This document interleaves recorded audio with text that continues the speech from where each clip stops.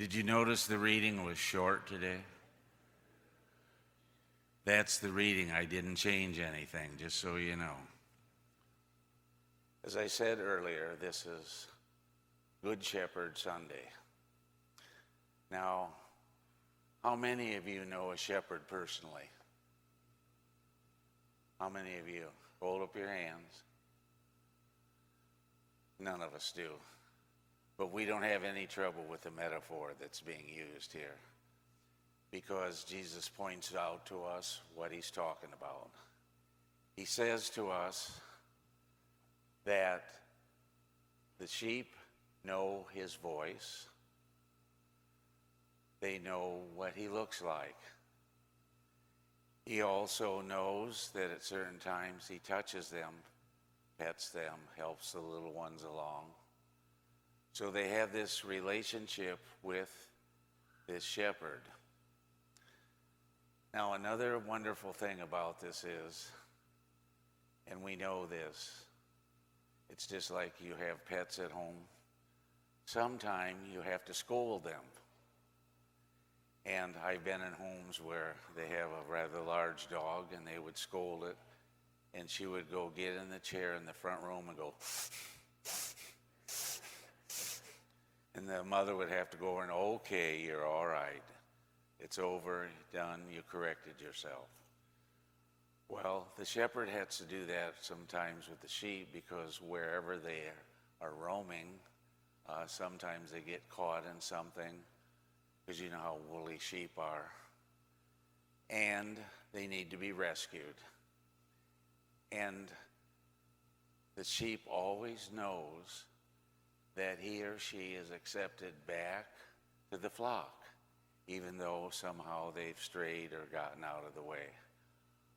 All of that points to that we can count on that when Jesus talks to us, that we learn to recognize his voice, that we know what he is asking of us, and that is to be people who choose to do love more than anything else. And even though we may make a mistake, we can come back and will not be rejected from the family. Those are really important things for us to hold on to and to understand about the shepherd. So when we hear that word, we know that we are accepted, we're being affirmed, and that we never need to be, and I want to have you repeat this, do not be afraid. I want you to please remember that, because the shepherd may stand back, or the sheep may stand back a little, but he knows, even though he's being scolded, that the love has not disappeared. It's just like you do with your pets at home. They'll change, you know how it goes. But in this reading, it's pointing out that that's the way Jesus as shepherd works for us, and that we never ever have to be afraid. To go just a little deeper, I'm having Hank help me with the homily today, so I'm going to ask him to come down. He's one of the young elders of the church. I want you to get comfortable. You get comfortable, all right, so that you can hear. Open both ears. You have two. Pope Paul VI said that love is the core virtue that the world awaits from the church today. If this is true, and it is true, to respond to the needs of the church and to the demands of our world, we need to be love made concrete. Let me repeat that. If this is true, and it is true, to respond to the needs of the church and the demands of the world today, we need to be love made concrete. All things have value if they are inspired and carried out by love, while without love, nothing has value, at least not life's final analysis. If this is our focus, we will be able to say to each of our actions, this will remain. This holds true for our work as it does for our relaxation, for education of our children, for our conversations with others, our travels, our way of dressing, our manner of eating, and for any other of the smallest actions. It holds true for all the unexpected things that each day brings, the surprises God has in store for us. It even holds true, and this is very consoling, if an illness forces us to inactivity and confines us to bed with no apparent end in sight.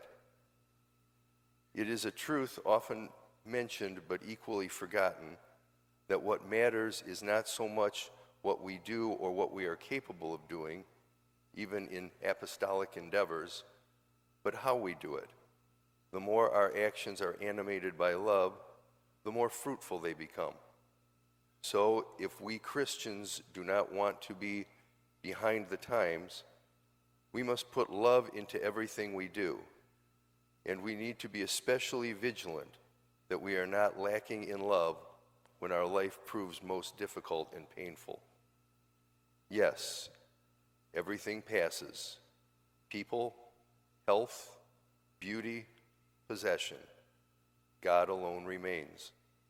Misfortune can mark the time for us to choose God anew as the one and all of our lives, and thus to live the way he commands, which is to love.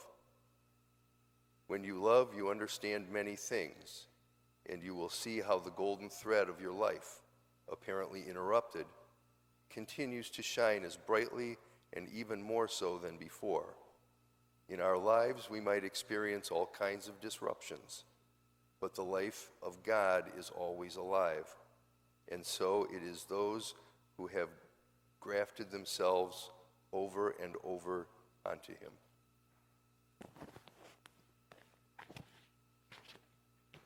Thank you very much.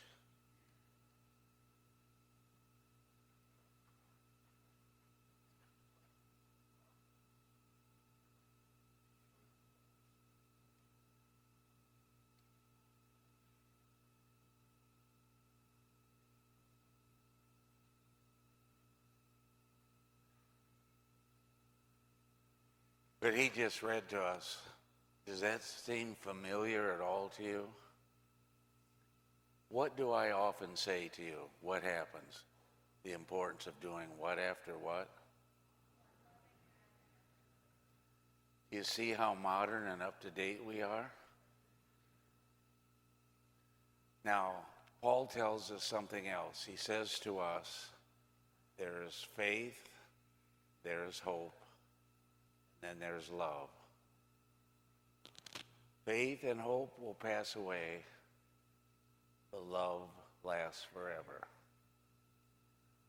Unfortunately, in the end, there's going to be no church here left. We don't know what century or what millennium that is. But the love that we extend to others, the love we share with each other as family, will never go away, because God is love, and that love lasts forever. That's the only thing we can fully count on. That's why I keep insisting with you that we talk about committing ourselves each day to doing one loving act after another.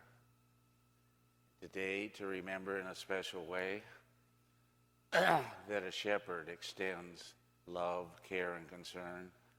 It's so that we go deeper into our scripture and into what God tells us of the very personal care he takes care of each of us in a very personal way.